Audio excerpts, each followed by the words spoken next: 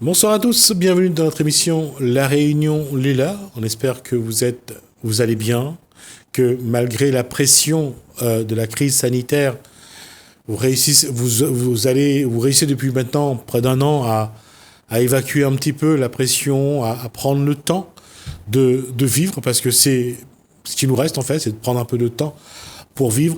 On va essayer à travers la discussion qu'on va avoir avec Sully Fontaine du Hockey Band, voir un petit peu que, à ce niveau aussi, la musique apporte quelque chose à la vie. C'est dans Cosmo Réunionnais.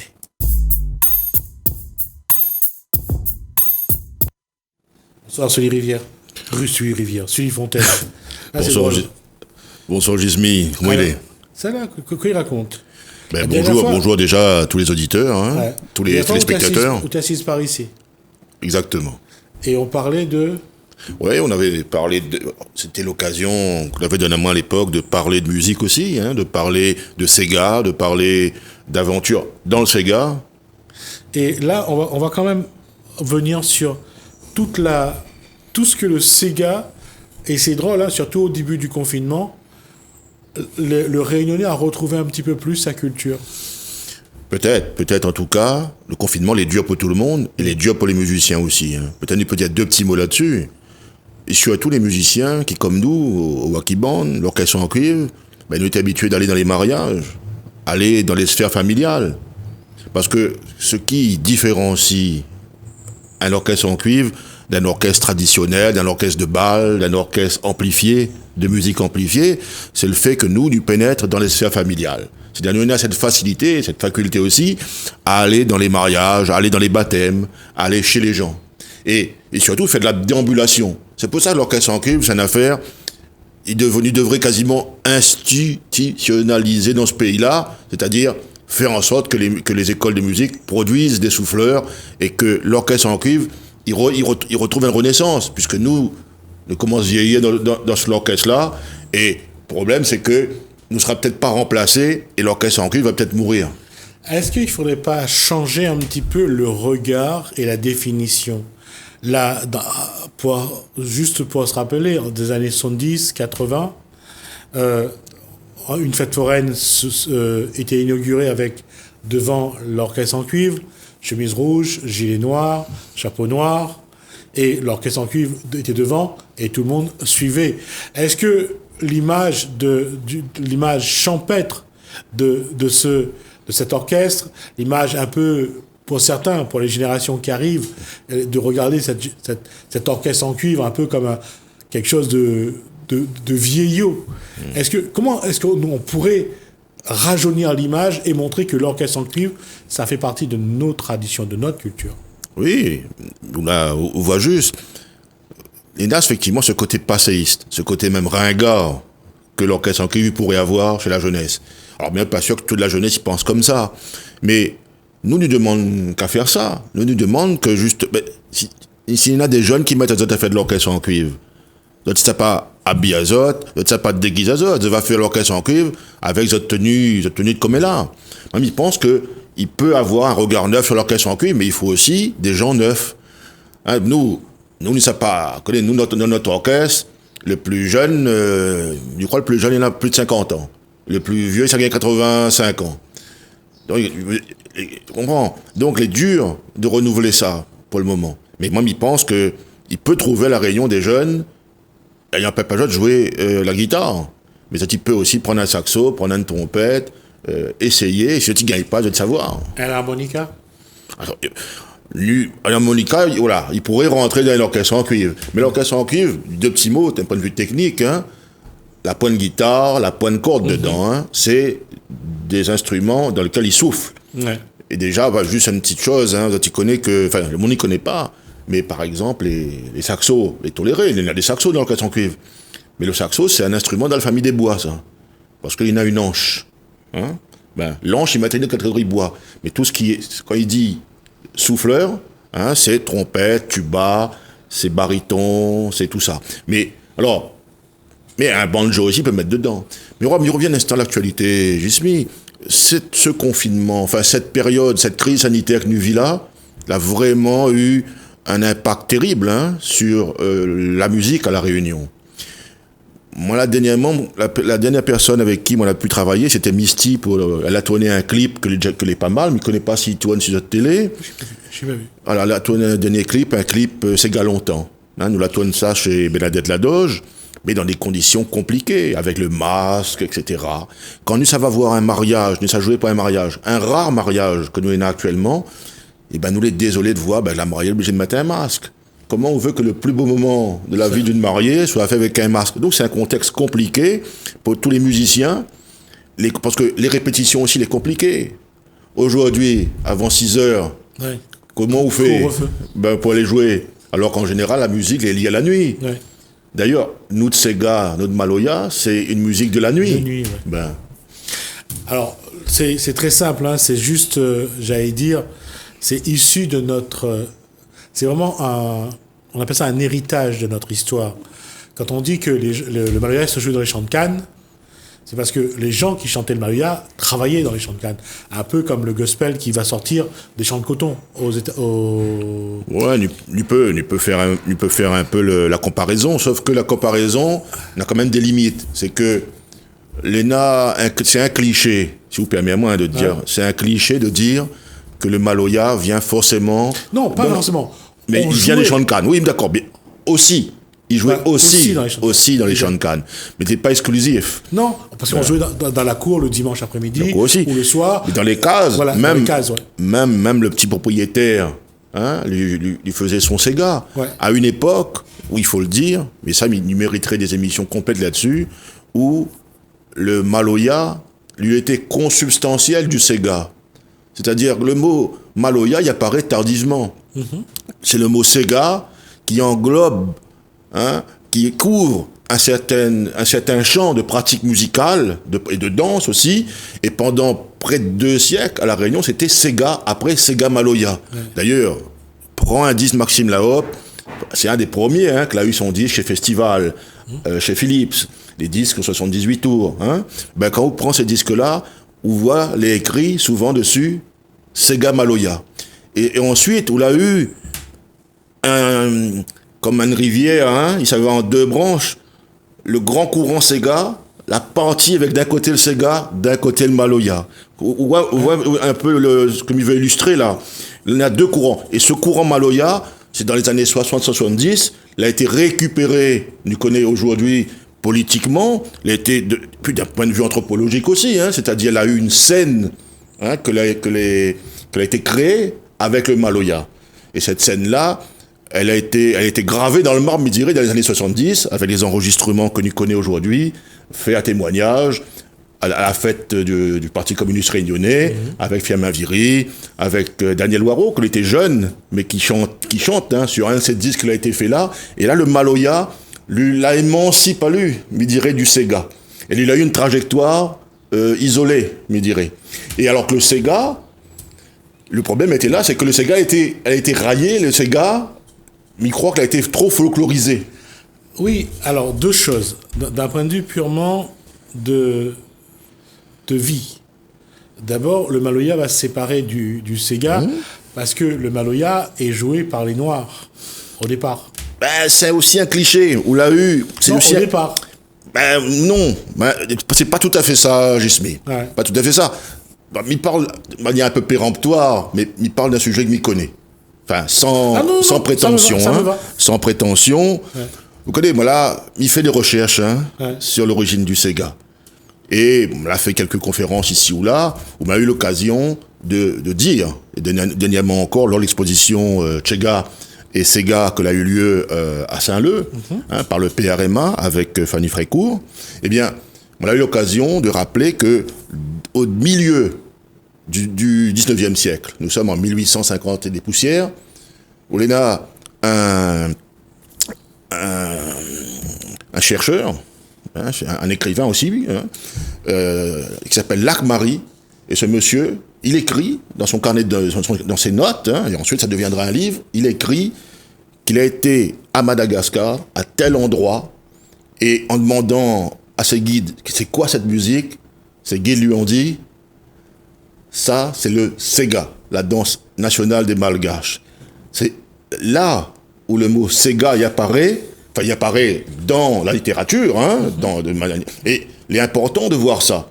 C'est que notre Sega, il vient en grande partie de Madagascar. Mais il ne dit pas qu'il vient que de là, mais en grande partie de Madagascar. Et nous va retrouver après ce vocable, Sega, à différents endroits à Madagascar. Et ensuite, bien entendu, comme les populations ont été déplacées souvent de force, hein, eh bien, je la ramène avec Zot. Hein, je ramène avec Zot, Zot culture. Eh bien, il a irrigué hein, les îles, enfin, on dirait le premier cercle de l'océan Indien. L'a irrigué Maurice, l'a irrigué Seychelles, l'a irrigué Rodrigue un petit peu, puis l'a irrigué la Réunion. Et nous retrouve justement tout ce partage, hein, ce partage lié au peuplement des îles de l'océan Indien, nous retrouve ça encore aujourd'hui. Donc quand nous écoutons le Sega séchellois, eh ben, nous l'est dans cette histoire-là. Ouais. Quand nous écoutons le Sega Rodriguez, nous l'est dans ces histoires de partage-là. Et ensuite, la différence de ces différents Sega, c'est les télescopages que l'a eu avec les différences de peuplement. Par exemple, aux Seychelles, il a eu un télescopage avec les Hollandais qui étaient là, les Anglais par la suite. Donc, dans ce Sega séchellois, ce que maintenant ils appellent la contredanse là-bas, nous va retrouver beaucoup d'éléments hein, anglo-saxons qui fait cette différence, qui fait cette nuance importante. À Rodrigue, nous va retrouver, Rodrigue a été une sorte de bulle temporelle pendant très longtemps, avec Zot Scottish, tout ça, nous va retrouver à nous plus dans une machine à remonter le temps. Et voilà, donc aujourd'hui, en visitant toutes ces îles-là, nous arrivons à remonter un petit peu l'histoire du Sega. Alors justement, là-dessus, et je reviens sur le Sega, on voit aussi que le Sega, et quand on parle de la séparation du Sega et du Maloya, surtout dans les années 50, 60 à 80, on voyait que le Sega avait aussi un rôle important dans la société réunionnaise. Toujours, aujourd'hui encore. Là, je parlais surtout de la rencontre entre un homme et une femme. Tous ces endroits mais bien sûr. Où on se rencontrait pour former un couple, pour devenir un couple. Oui, le Sega, là où on parle du Sega comme ciment des relations humaines. Exactement. C'est important de souligner ça. Le Sega, il avait le slow aussi, hein, il avait aussi toute une machinerie musicale qui venait aussi d'Europe et d'ailleurs. Ouais. Mais il avait une particularité avec le Sega, c'est qu'il dansait avec, mais pas collé. Pas collé avec. Mais il avait quand même donc... Une proximité. Aujourd'hui, on appelle ça des interactions. Hein, je me sens un mot savant. Ouais. Mais nous l'étions ensemble. Ouais. Et le Sega, c'est là où on voit que le Sega, c'est aussi une danse. Une danse avant même d'être une musique que nous écoutons, que nous aimons. Et alors le monde, il danse peut-être moins aujourd'hui, parce qu'il n'a plus de balles comme avant. Ouais. Mais, Gismi, c'est là où que le Sega, et comme il dit Sega, il met le Maloya avec. Hein, c'est là où le Sega, c'est une musique qui résiste à tout, qui résiste au temps. À chaque fois que nous croyons que le Sega est mort, lui ressuscite, lui relève. D'ailleurs, Christian Battisto, comme on l'a eu hier au téléphone, hein, que nous salue, et qui d'ailleurs qui fait un gros travail hein, avec son association Les Chocas. Avec son deuxième ou troisième. C'est le troisième ouvrage, je crois, qui sort. Qui sort là. Et il restitue dans cet ouvrage des portraits de personnes qui ont porté, bien sûr, la musique. C'est le deuxième. Le troisième en préparation. C'est en préparation. Et c'est vrai que les témoins de cette évolution du Sega, et là, c'est vrai, en rendant hommage à Christian Battisto et à sa femme, pour le travail qu'ils font, c'est de laisser aux générations à venir des éléments d'un passé qui n'est pas si lointain. Il permet d'utiliser cette parenthèse-là que tu ouvres d'hommage pour rendre un hommage général aux musiciens de la Réunion, aux Ségatiers. Hein, parce que quand nous parlons de Zot actuellement, c'est souvent que Zot a disparu. Exact. Et il est vrai que cette année, nous la perdons pas mal, et l'année passée, ben là, notre ami chanteur, l'assassin, Volney, il est parti. Mais il y en a d'autres que les partis, mais Volney, c'était quelque chose que la marque à nous, que les liés à notre histoire à tous. Hein, c'est un Réunionnais qui a parti en France. Et lui là, grâce à une diaspora très dynamique, lui a alimenté un flux, lui a alimenté un Sega tout à fait extraordinaire. Et il faut lui tirer le chapeau. Eh bien, il faudrait que nous ayons un espace à la Réunion. Soit demain, là où tout à l'heure en coulisses, nous parler des élections qui arrivent. Il faudrait que les candidats au régional, ils mettent dans notre programme la création d'une maison du Sega, une maison du Maloya, hein, ou un centre de recherche pour le Maloya et pour le Sega, et ils mettent les moyens là-dessus. Il n'est pas possible qu'à la Réunion, nous met en avant, il n'y a pas une musique qui est moins qu'une autre, hein, mais bon sang, allons mettre en avant notre musique. Et il faudrait justement qu'un candidat, si niveau de vote poli, lui met ça dans son programme, lui met en place une maison du Maloya, dans laquelle, justement, les artistes disparus va trouver une reconnaissance, dans laquelle les artistes d'aujourd'hui, que les bien vivants, mais qui en a du mal à joindre les deux bouts, dans lesquels tu gagnes aller, pourquoi pas de manière hebdomadaire, jouer, apporter votre savoir, votre talent.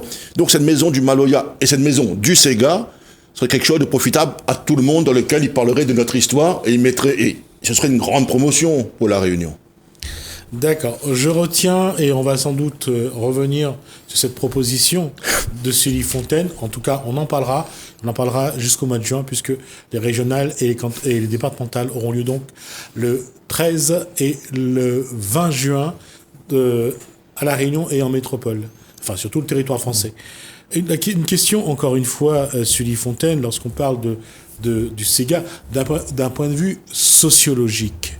Et pourquoi c'est important ? Parce que quand on regarde autour de nous, on regarde le Sénégal, on regarde la Guinée, on regarde le Bénin, on regarde la place de la musique. Et cette place-là, elle est vraie à La Réunion. Elle est vraie depuis l'esclavage, l'engagisme, la départementalisation. Mais qu'est-ce qui fait que nous, peuple réunionnais, on croit qu'on est différent, que la musique n'a pas cette place aussi importante que ça a dans ces pays-là. Et c'est là qu'on commet une erreur, parce qu'on essaye de, quelque part, d'effacer un peu notre identité.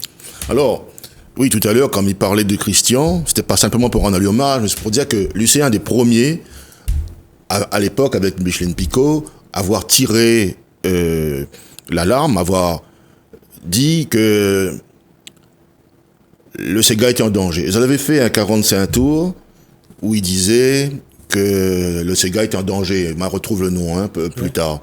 J'avais fait même un morceau rien que là-dessus. Parce qu'à l'époque, ils disaient que le reggae, l'antillais, il a envahi le marché. Et ils disaient même que le Sega était rejeté comme un vieux linge sale. C'était ça les paroles de ce morceau-là. Bien. Alors, ça n'a pas été tout à fait ça, heureusement. Le Sega est toujours bien vivant. Et c'est ça, il nous pose la question, pourquoi le Sega a cette force-là ? Il répond un peu à la question que lui pose sur la reconnaissance de notre musique à l'extérieur. Quand il fait une élection à La Réunion, chaque candidat il a son Sega. Alors, il a un peu la pointe, ce candidat il fait comme il peut. Mais un candidat sérieux à La Réunion, lui, il a son Sega.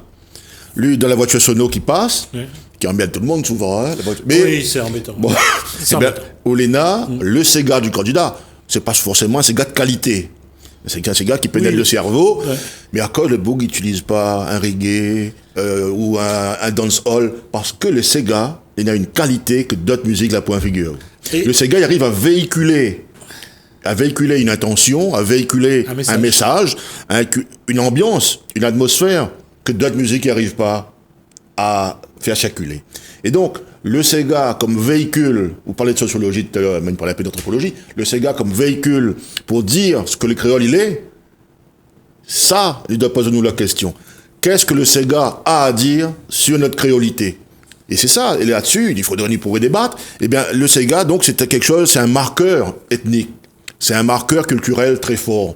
D'ailleurs, si Misty l'a revenu là au Sega traditionnel, c'est bien parce qu'elle sent dans la population que l'ENA a un besoin, une attente. D'ailleurs, quand vous faites un mariage, le monde est dans le Sega. Le Sega, là, il fait plus dans le bal, les vrais. Enfin, quand on dit bal, mais il n'y a plus trop de bal comme là, c'est des discothèques, hein. Peut-être que ça va dans les discothèques, moi, mais ça pas. Mais le monde, il dit moins qu'il n'y a plus de Sega là-dedans. Il n'y a plus de slow non plus, par ailleurs. Ouais. Mais, simplement, le Sega, il n'existe plus, effectivement, pour les noctambules, mais dans un mariage, dans un baptême et dans la case de monde, le Sega, les présents, les complètement présents, même les beaux qui faisaient un peu de dance hall, à un moment donné, vous avez les Future Crew, là, hein, Ouais. ils prononcent mal. Ouais, Future Là, ils faisaient rap, tout ça, ça. Eh ben, ça l'a fait de Sega. C'est-à-dire, même Jean-François Dals. Jean-François Dals, c'est quelqu'un qui fait de l'harmonisation. Le monde, des fois, il prend lui pas trop au sérieux, mais c'est un super musicien. Et bien, lui, son truc, c'est le Sega. Quelqu'un comme Dominique Barré, lui peut aussi faire des choses tendres, mais son affaire, c'est le Sega. Aujourd'hui, alors, même Daniel Waro, il chante Sega dernièrement. Et d'ailleurs, quand lui a repris Gustave Les Mon Voisin, lui a repris un morceau de Pierre Roselli, que c'est un des premiers, je m'appelle moi le proto-Sega, c'est un des premiers Sega des années 70 à électriser. Qui sort un petit peu de la tradition de l'époque. Complètement. Et il faut nous rendre hommage, il faut nous rendre à César ce qui était César, c'est-à-dire à Roselli ce qui était Roselli. Pierre Roselli était un précurseur, était un pionnier en matière de Sega électrique. Il y avait une chambre d'écho derrière qui était quand même assez... l'époque était bien équipée. Bien équipée, ouais, effectivement. Bien. Donc le Sega et ses multiples visages, tous ses avatars, il faudrait plusieurs émissions pour en parler, Jusby. Alors, ce que je vais faire, on se donne rendez-vous, parce que là, on vient de faire 20 minutes, on vient de passer le temps qui nous est imparti. On se retrouve dans les semaines qui vont venir. On aura les sujets et on va voir comment on avance sur cette évolution. Enfin, d'abord, le constat du Sega et son évolution, et on verra comment on peut en parler et amener d'autres personnes sur le plateau pour que on met en avant cette partie du patrimoine réunionnais. Bien, alors là, je serai présent et j'espère que les téléspectateurs seront présents aussi. Et les gens ont soif aussi de savoir et de connaître, justement, d'aller un peu plus loin de ce qu'ils savent déjà du Sega ou ce qu'ils pensent savoir du Sega. Merci, Sully Fontaine. On va nous faire une pause et puis on se retrouve juste après.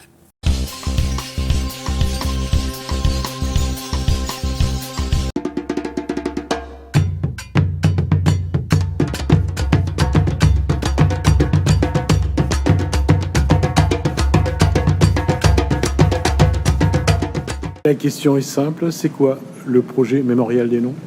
Alors, en avril 2018, donc le président de la République, lors d'une cérémonie qui fêtait les 170 ans de l'abolition de l'esclavage au Panthéon, donc il a annoncé 3 grands projets. Donc le premier qui était la création d'une fondation pour la mémoire de l'esclavage, ce qu'il fait. Le second, de transformer le Memorial Act en musée, donc c'est ce qui est fait également. Et donc le troisième acte, c'est l'édification d'un mémorial des noms attribués aux esclaves lors de l'abolition de l'esclavage en 1848. Donc ce qu'il faut savoir, c'est qu'en 1848, en Guadeloupe, en Martinique, en Guyane et à La Réunion, donc les esclaves ont été inscrits sur des registres, donc qui s'appellent les registres spéciaux à La Réunion, et on leur a donné un nom de famille, parce qu'auparavant ils n'avaient qu'un prénom. Et le but, c'est de faire une œuvre artistique qui inscrirait l'ensemble des noms, alors c'est à peu près 200 000 noms, quelque chose de monumental, donc les 200 000 noms attribués aux esclaves au moment de l'abolition. Alors ce qu'il faut savoir, c'est que ces noms sont ceux qui sont aujourd'hui portés par les Réunionnais, les Guyanais, les Guadeloupéens, les Martiniquais. Et c'est à la fois donc un monument qui symbolise finalement cette entrée dans la citoyenneté de ces anciens esclaves, et c'est aussi un monument qui symbolise donc le geste républicain d'abolition de l'esclavage. Abolition de l'esclavage qui s'est accompagnée immédiatement de la citoyenneté, ce qui n'a pas été le cas par exemple aux États-Unis, où on a vu se développer la ségrégation. Il a fallu plus d'un siècle de lutte aux Noirs américains pour accéder à la pleine citoyenneté. Concernant La Réunion, plus précisément, comment ce travail se déroule ? Alors, le travail a été réalisé par notamment Sudel Fuma, qui avait établi une liste. Il a été établi aussi par des généalogistes, un anthropologue, donc je pense Gilles Gérard, le couple Nouriga, donc les archives également ont participé à ce travail. Donc, c'est un travail de collecte dans les archives qui a été compliqué par le fait que les registres, pour certaines communes, manquent. Il a fallu les reconstituer à partir des actes de décès, à partir des mariages. Mais on arrive à peu près à reconstituer l'ensemble des noms qui ont été attribués au moment de l'abolition. Enfin, en tout cas, on arrive à reconstituer tous les noms qui sont encore portés aujourd'hui. Quelle est la prochaine étape de votre travail ? La prochaine étape, c'est l'édification de ce mémorial. Donc, pour le moment, nous sommes dans un travail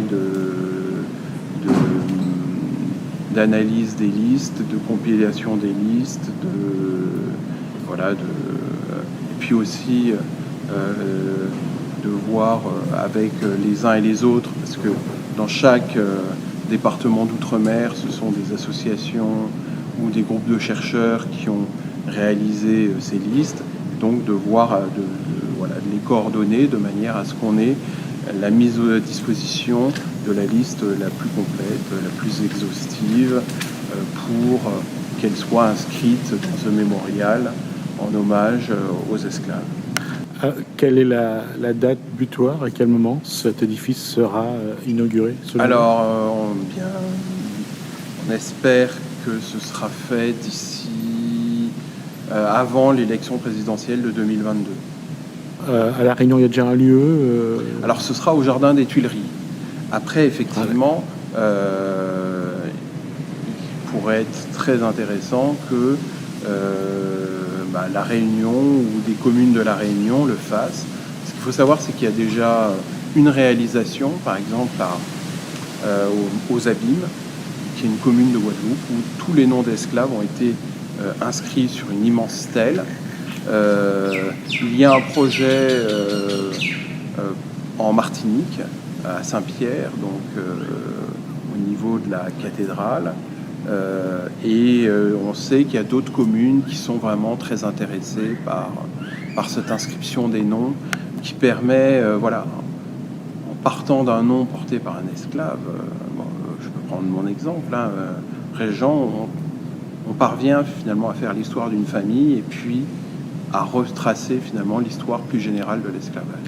À La Réunion, s'il y a des communes qui sont intéressées pour faire une stèle pour inscrire le nom des esclaves de La Réunion, comment ils doivent faire pour vous contacter? Je pense qu'il faut qu'ils prennent contact avec les personnes qui sont dépositaires de ces listes.